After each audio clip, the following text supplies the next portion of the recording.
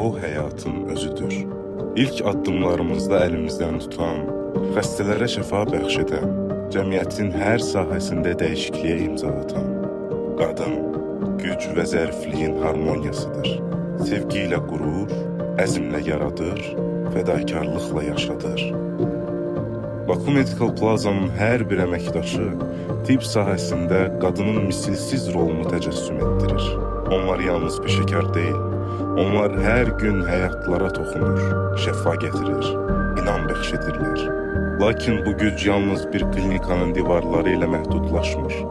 Bu, dünyanın hər yerində öz izini qoyan qadınların gücüdür. Həkimdən müəllimə, mühəndisdən sənətçiyə qədər hər bir qadının yaratdığı dəyərdir. Qadın dəyişir və dünyanı dəyişdirir.